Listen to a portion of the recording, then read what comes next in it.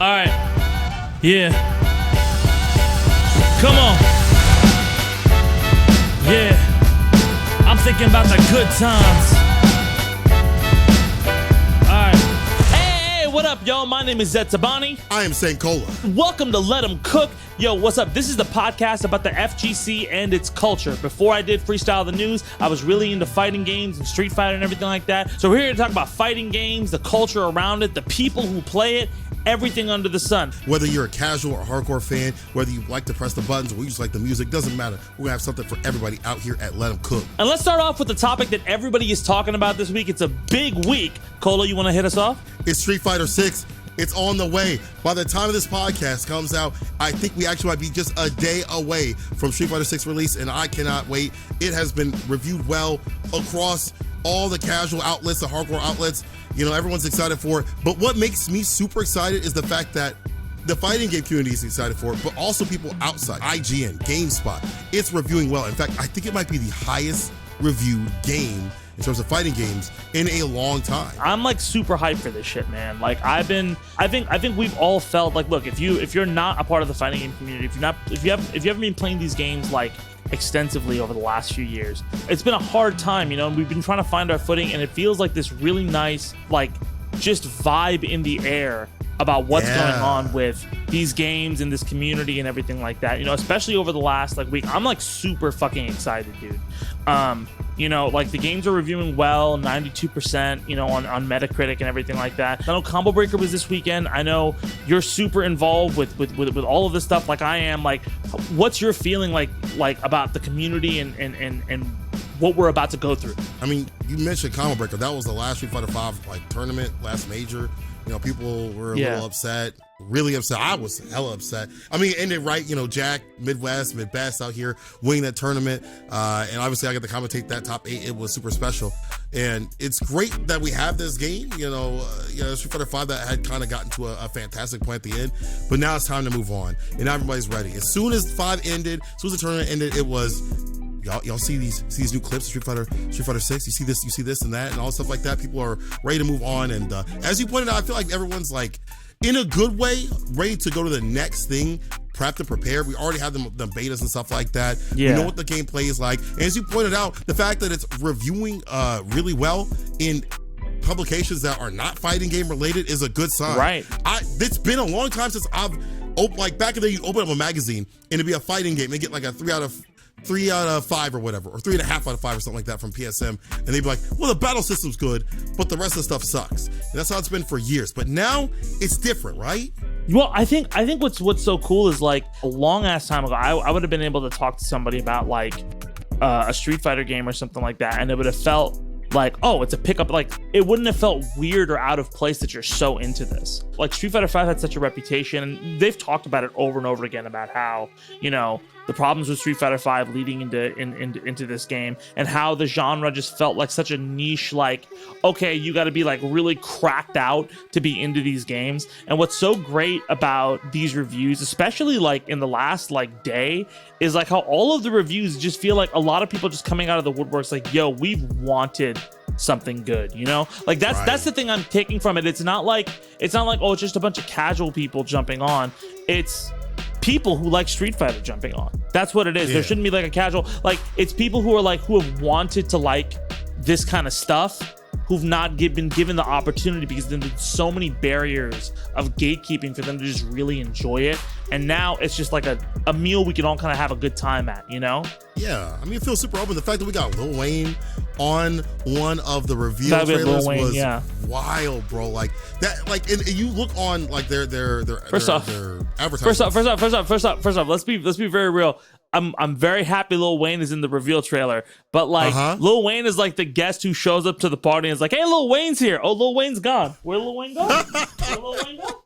Well, you don't know that. He might be in Battle Lounge. You don't know. You might be. You know, see me, Lil Wayne. Let's go. Hey, first of 5. Let's see what's really good, baby. Lil Wayne. We might see him play a little, kid or something like that. You know, that was another thing I wanted to talk about. Like I was reading the reviews for Street Fighter 5 because I wanted to go back and read like old reviews from the game from like a year ago, or from a couple of years ago, right? Like, because I always like to look like Tears of the Kingdom came out. I wanted to read Breath of the Wild reviews.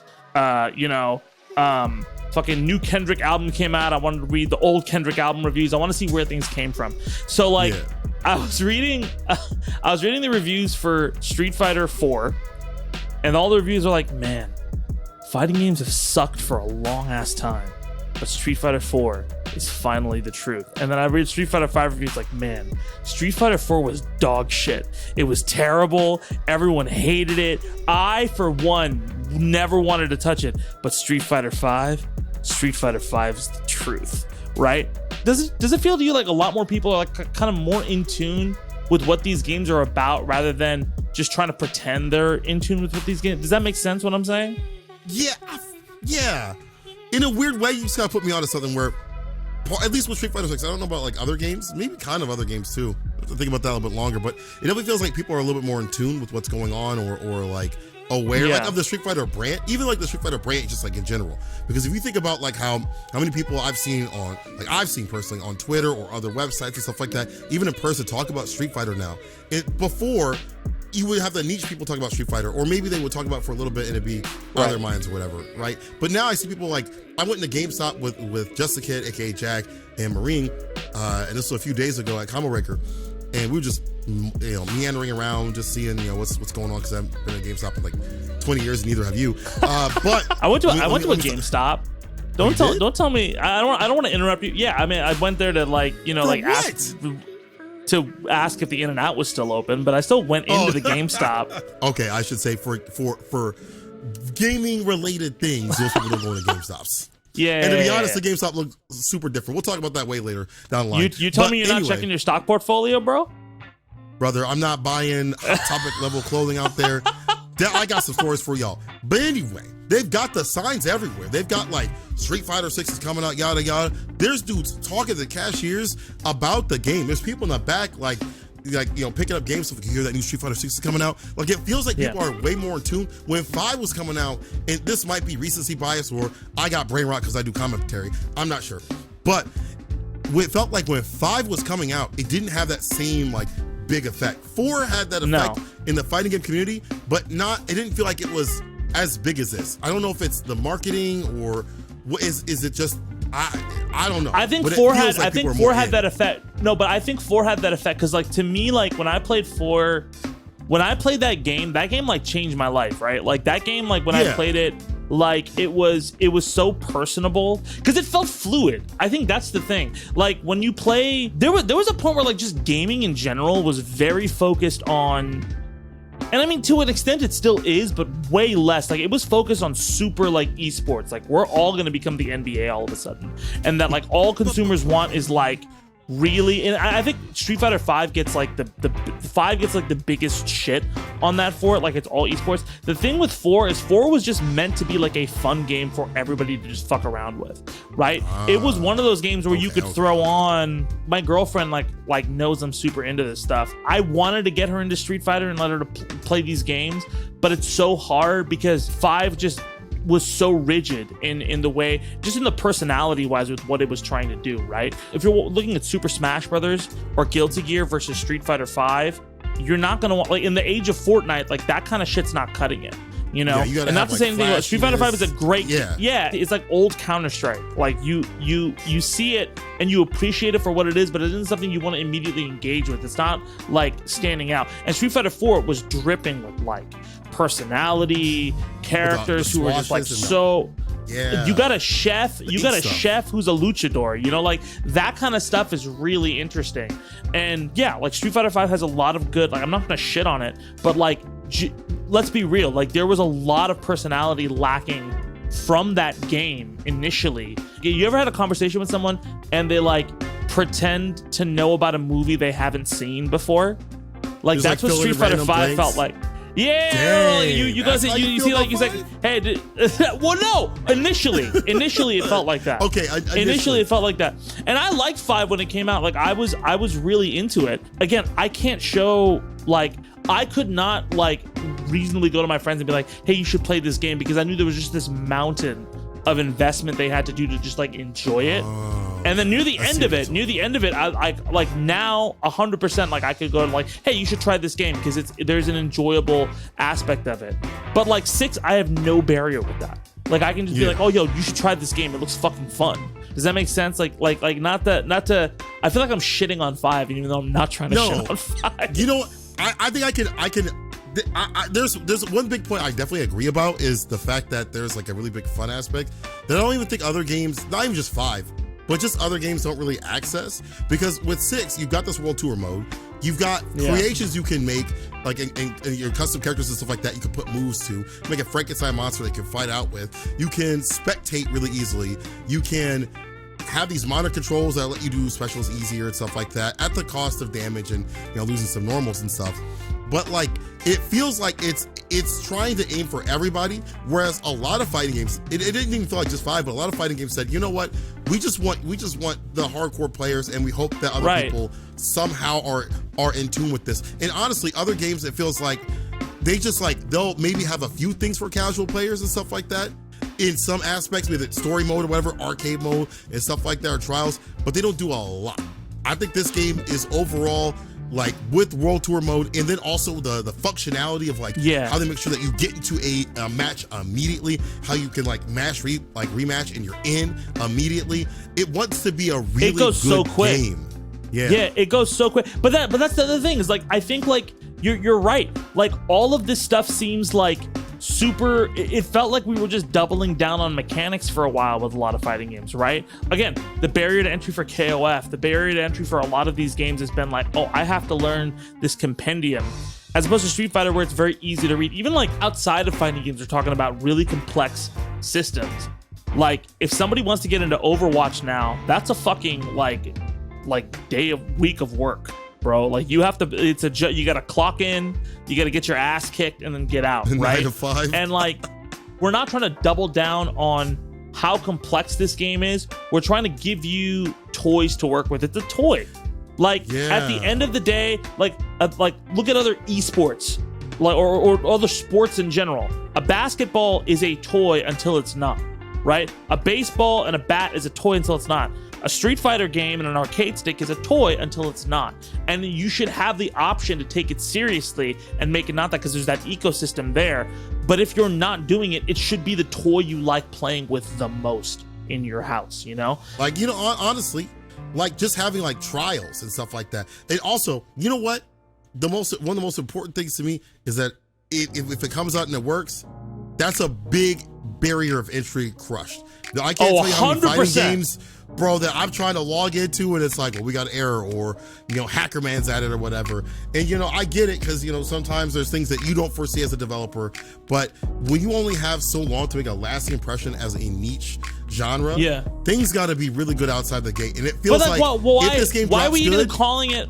Sorry, I don't mean to interrupt, but why are we even calling it a niche genre? Like that's it's a niche genre because, and this is the kind of shitty part about it is like, like when we're talking about that, like the positive part about us releasing this podcast right now is like we're coming on the backs of something that's really fucking lifting all ships right now, right? Like Twitter is talking about this. There's like 75 videos on YouTube because the embargo broke, right? We have so much examples of like, oh, this is a great game, and so many people are excited to play this game, right? Yeah. But when Street Fighter, specifically Street Fighter, is floundering, the whole genre is floundering. And even like, and it's the first impression of Street Fighter, right? Like you look at like Street Fighter 4, like when that game got boring, the genre kind of like meandered a little bit, right? And then when 5 didn't do as well as it needed to, it meandered a little bit. And only in the last few years have people been like, okay, this is like something, and EVO's been growing and becoming bigger and bigger.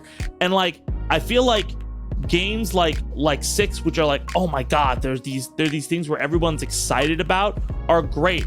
But I wish we had more of a, I wish it wasn't all on Street Fighter's shoulders to lift the larger scene at hand. And not to say that it's the most important game, but like let's be real, like everybody's talking about it's a new era starting on Friday. Dragon Ball is arguably the biggest IP on Earth, right? One of the biggest IPs on Earth. And Pokemon's one of the biggest IPs on Earth. They both have fighting games. Nobody said it's a new era when those games drop.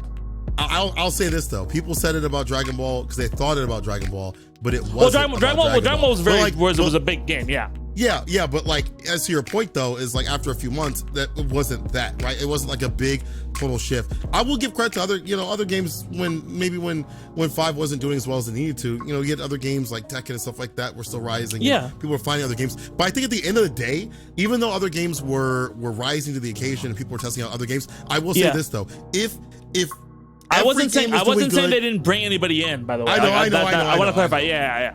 Sorry. Go ahead, because you know how people are gonna be like, "You said what?" No, I wasn't saying. Dare you? Yeah, I wasn't saying they didn't bring anybody in, but I'm saying like that's what I'm saying is like those games do bring people in, and those games do have significant impact. But like, we know this is gonna bring people in. We know this is gonna make people like have a good fucking time with this game, right? And like in this ecosystem.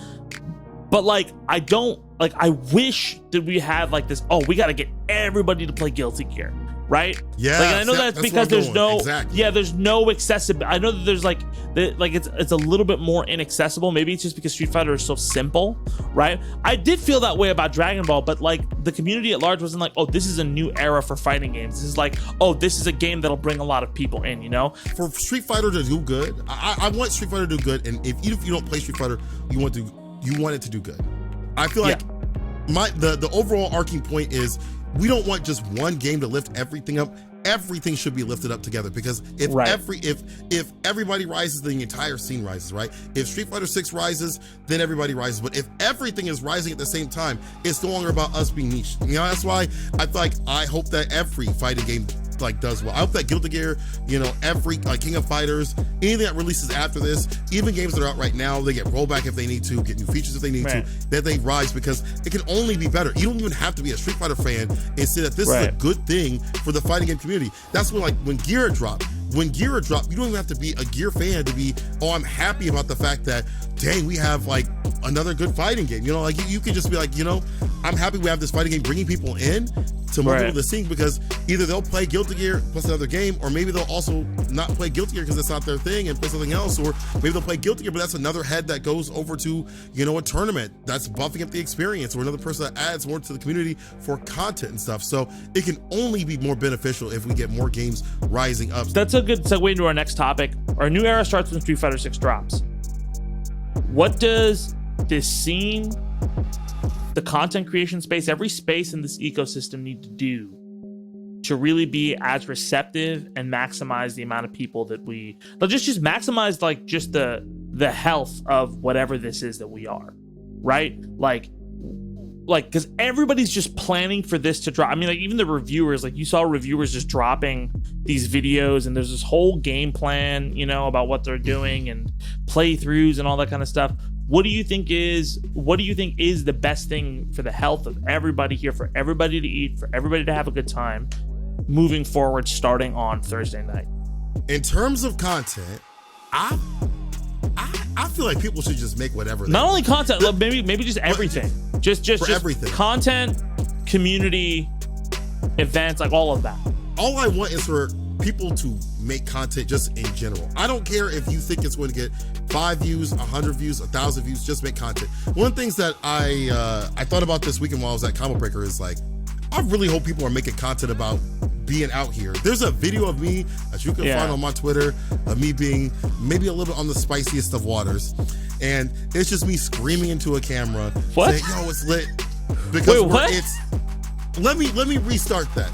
So it's I'm gonna be a hypocrite, and you're not gonna restart. You can't take that the spot. I was lit, okay? I was lit up. It was the last night Combo Breaker. I was a little lit up. I was super lit up, and I was just having a blast, running around, talking to people and stuff like that. And there's a video of me screaming into a camera and getting hyped. And I had gotten messages from people being like, bro, Combo Breaker looks sick. You were out there getting all excited and stuff like that, just running around after the thing. They're like, I want to be out there. That clip got a couple people to want to come out to Combo Breaker. Like that clip of me being sauced up had people being like, yo, I gotta get out there too. I want to be a part of that. Because look, this game has like a big thing about like a lot of people feeling about how this scene is like, oh, like we have good netcode now, and we have the lobbies for Street Fighter 6. If you haven't played it, if you haven't touched the betas and everything like that, is like a hang, which is so fucking cool. Like it feels like you are having a hang, like honestly old school Xbox Live days or old school like it feels like a good vibe. But we talk a lot about how you know, you need that sociability in person, like how important that is to just like people just connecting. Like talk a little bit about like what Combo Breaker felt like this weekend and what parts of that, because I feel like that event more so than any other, and Rick runs that and Evo, so like you know the differences and you know the similarities, but like what about that event is so honest. Yeah, because it's like I would liken it to like an FGC cookout, to be honest. It's like an FGC cookout. Yeah. Your friends that you haven't seen in a long time, or maybe you have seen them in a little bit or whatever, it don't matter. Everyone's coming through, hanging out, everyone's drinking, having fun. It just, the vibes are always good, I feel like, at Combo Breaker. It doesn't matter what day, it doesn't matter if it's like Thursday or like the last day. It feels like everyone's just partying the entire time. Obviously, people are there to be serious, to play their games, but like, you know, get sets in. But even when you come in, you walk up the escalator, okay? And you just see people in the lobby playing sets, hanging out, eating, drinking, people you haven't seen in a long time. It's like cousins twice removed over on the right-hand side, brother, sister on the left, you know what I'm saying? It feels like you buy blood, you know what I'm saying? The way that Combo Breaker is so structured is that it feels like even if you're offsite, or even when you're in the venue playing casuals and stuff, there's a lot of space to chill out and hang out and play, you know, sets and stuff, or sit down and watch the action on these big screens, just like you're hanging out at home and stuff like that. It feels, again, like an FGC cookout. And going back to the content part, they did a great job. Like, their social media team did a fantastic job capturing a lot of that stuff and, you know, showcasing some of that stuff.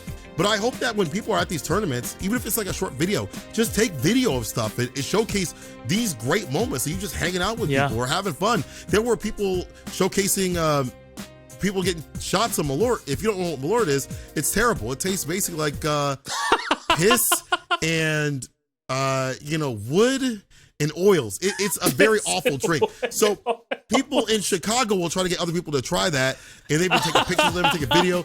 It's awful. Personally, I try to save people from that. That's just me. I'm a hero. Those other people are villains. But even things like that was fun. When you say spicy drink and you're like, what did it taste like? Piss, wood, and oil. I'm like, fuck, bro. That's not my drink. I don't claim Malort. I don't claim Malort. I don't know. I'm still reeling from that description. Piss, wood, and oil. That's the nicest way to put it. Actually, there's worse ways. No, but I think that's so true. I mean, like, that's the thing about like Evo too. For a lot of people, it felt like Evo. You know, when you go to Evo, like if it's your first time there, the event is the best part. If it's your second or third time there, the after party is the best part, because once you know people and you're in the scene, like it's the times with your friends, the catch up. It's like Evo's like the college reunion you go to, right? Where there's always something to do. And I think like, you know, I was really lucky enough to be involved with the soundtrack of Combo Breaker and everything like that. That was wonderful. And I loved the music we got to make, dude. Like, it was so earnest, and thank you.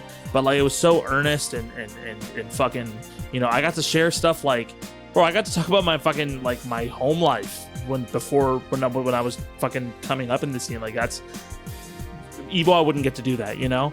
And like, I love the Evo soundtrack that we make too, but like, there's something very, very homegrown about Combo Breaker. It's homegrown in the way that you want it to be, you know? Like, I remember SoCal Regionals happening, and that felt very homegrown. And then we had to deal with like, what's it called? John Nelson and his bullshit, right? For a little bit. Do you not know that story? No, I don't. I'm gonna tell you some story. Okay, so the first SoCal Regionals we had, and I'll fucking mention them now because it's been a long time. But the first SoCal Regionals that happened, right? It was like Vi wanted to throw this major, and this was like when majors were like starting to get big, and it was 4, and it was supposed to be this huge major because Watson was gonna come out, and people hadn't seen talk to Watson in a minute, and like it was gonna be this big thing, and Vi partnered with this guy named John Nelson, and John Nelson owned a company. He got these investors called Tournament Legacy. So Tournament Legacy was this guy's company for, he wanted to make like, he wanted to really, like, let's be real, he wanted to make money off the scene, right? Okay. And I mean, everybody wants to make money off of the scene, but he wanted to do it in a way that was kind of, he's a pretty shady dude. And so Vi partnered with this guy because he had funding. And it was like, okay, so we can secure this venue, we can do this, we can do that. He has connections here. But like, this guy had a giant like chip on his shoulder. Like, nobody's looking at me or noticing me or watching me all the time, right? So there was a lot of shit that he did in the scene that was really shady. So like during like SoCal Regionals, I shot this documentary for SoCal Regionals on the way up there, and this is like, again, like the scene is like just starting to pop off again. It's 2010. You can find this on YouTube. And we interviewed this dude for the 3rd episode because Via said like, hey, you got to interview this guy because he's like, he's done a lot of work for it. And I'm like, okay, yeah, cool. And like, he just seemed really off for like a lot of it. Like I would like ask him questions and I'm like, just look at me and just talk to me. I'm interviewing you. And he would turn away from me and look at camera and just give these like long rambling answers like, we did this for you, the community, you know, we really love you and we care about you. And I was like, this seems like a very big PR statement. And after the episode came out, I gave him a good amount of time to do his thing. And then after the episode came out, I received like a pretty scathing phone call from him that I had I destroyed like his contribution to the scene, and that I had like written him out of history and all this other shit like that. And so with this guy, there's another story that's even worse. Like he tried to hire me for a documentary afterwards. I shot this documentary that he never paid me for. There was a tournament called Revelations that there's so much shit, dude. But like one of them was like, you know, three of the biggest players at the time, Tatsu, Andy OCR, and Warrock, right? Warrock was an amazing Guile player. Tatsu was this amazing Vega player. And Andy was this amazing, they all are like still amazing players and people. Like, he signed them to contracts under Hori, like the Hori brand, and just fucked them over horribly. So like he wanted to like push Tatsu out as this big thing. He wouldn't pay for any of their travel. He said they sponsored, like there was they had to like pretty much like shill his name all the time. It was a super abusive sponsorship, like the worst kind of sponsorship in the fighting game community. When Revelations came around, like the big fucking tournament, like he positioned Revelations to try to kill Evo. Like, so he was telling everybody like Evo thinks they could but he really wanted to just like kill Evo. And then when Revelations happened in Los Angeles, there was a lot of like controversy over like people not getting paid out and not getting their prize money and like stuff being reduced and like hotels not. There was so much fucked up shit around this guy. And then when he was called out for it, the main account started to like shit on Markman. Like they dissed Markman. No. And Markman was like, who the fuck do you think you are? And then right after that, the account made one final tweet and then never tweeted again. And I never heard it. That guy still owes me $60. He owes a lot of people money. He's a fucking shady guy. But like, that guy was like one of the shadiest fucking shysters in the community, like period, point blank. And like, people would blame Via for it, but Via was taken for a ride along with that guy. You know, at the time, like, you know, Gutex and West Coast Warzone were trying to build something. He fucked them over too. He was just a bad person. So SoCal Regionals, like outside of that fucking guy, right? Was an incredible felt like, oh, we're trying to bring back this spirit, you know, like it's a homegrown spirit, right? And whenever that guy touched it, it just became more corporate, right?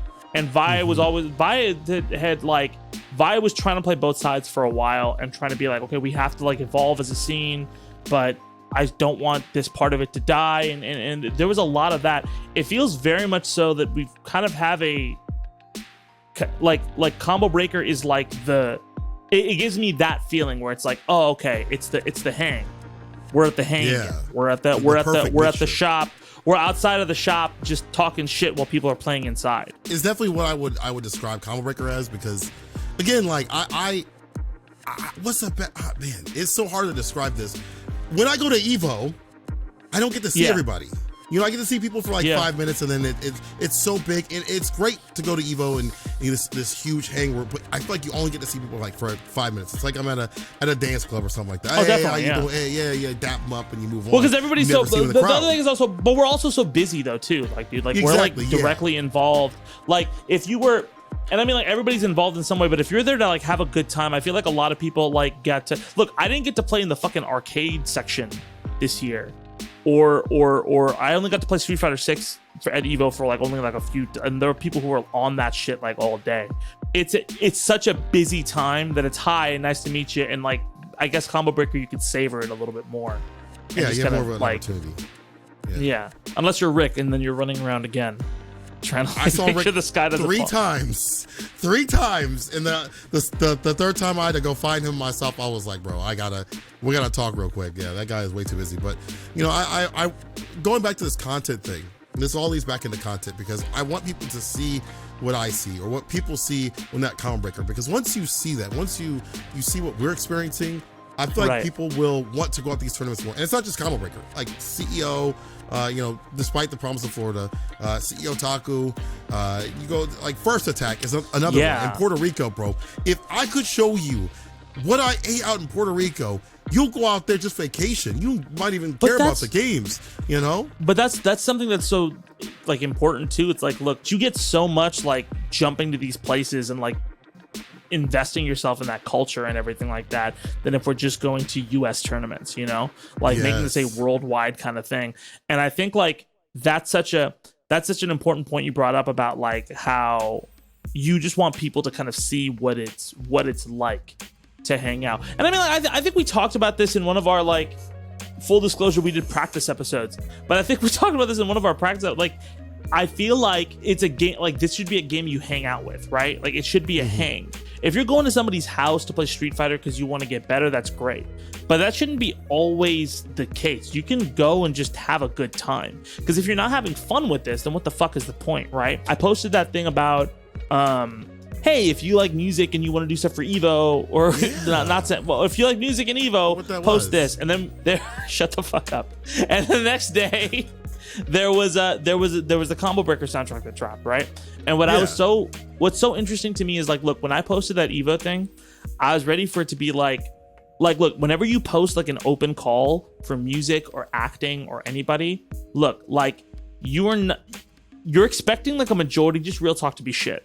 Like, I don't know if you've ever like done an open call. Like, open calls usually just suck because like there's a lot of people and they're not awful people. They're trying, but like some people are farther along than others, and a lot of people are just like not there. And you're like, okay, I'm trying to figure out what's going on, bro. There's so much good shit in that thread.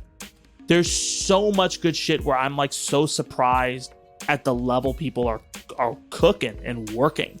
And like, I think what's interesting to me is like, I would like to see cultural content like art and like movies about the scene and like music about the scene and documentaries and like vlogs and like people hanging out, like not just like, hey, let's play Third Strike. It should be like, hey, what's it like at this hang where we're playing Third Strike? Like foot races with like Sherry and somebody else running, like all that kind of shit is so cool. I want to see that, because like I think the art in this scene is not given the pedestal it needs to have. Like I think we give art a lot of love, but it's not given the like, oh, this is like some of the best parts of this shit.